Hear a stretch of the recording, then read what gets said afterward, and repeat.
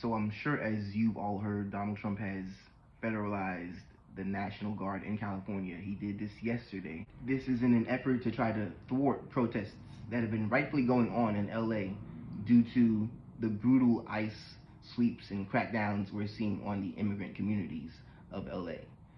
Not just undocumented criminals, no. They're going after people that are legally supposed to be here. They're going after U.S. citizens. We've seen plenty of people get wrapped up in these ICE sweeps, in these unconstitutional ICE sweeps that are not just criminals, as the Trump administration wanted us to believe.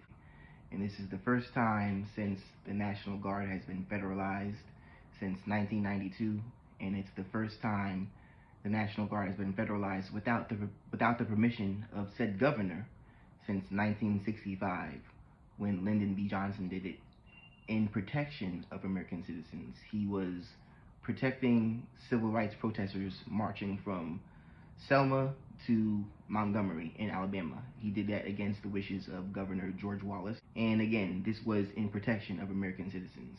This is not what we're seeing right now.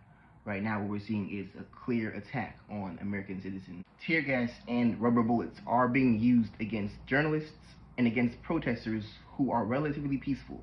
Keep in mind, everybody, these protests have been relatively peaceful. Now, yes, there has been some violence, protesters throwing things at police, cars lit afire, looting, but the people on the ground have explicitly said these protests have been relatively peaceful, and this is a manufactured false red flag that Donald Trump is trying to use to further his push towards authoritarianism. Governor Newsom has filed a lawsuit against the Trump administration and has called this purposefully inflammatory and called this an unmistakable step towards authoritarianism, which it is, clearly is, clear as day. Trump is even talking about sending Marines, guys. Marines on U.S. soil in Los Angeles. We cannot continue to just stand by and watch this happen.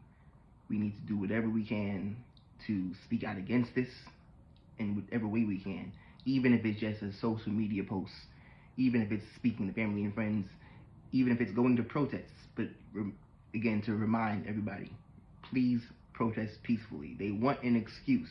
This whole thing has been done because they want an excuse to further their authoritarian crackdown.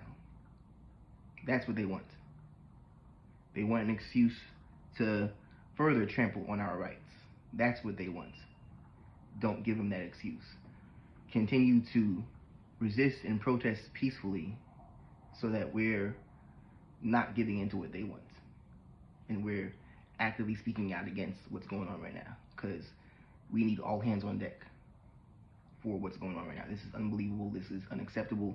We can't stand by and continue to watch our rights being eroded every single day by this president that clearly does not care about the Constitution, that clearly does not care about American citizens, unless if they support him.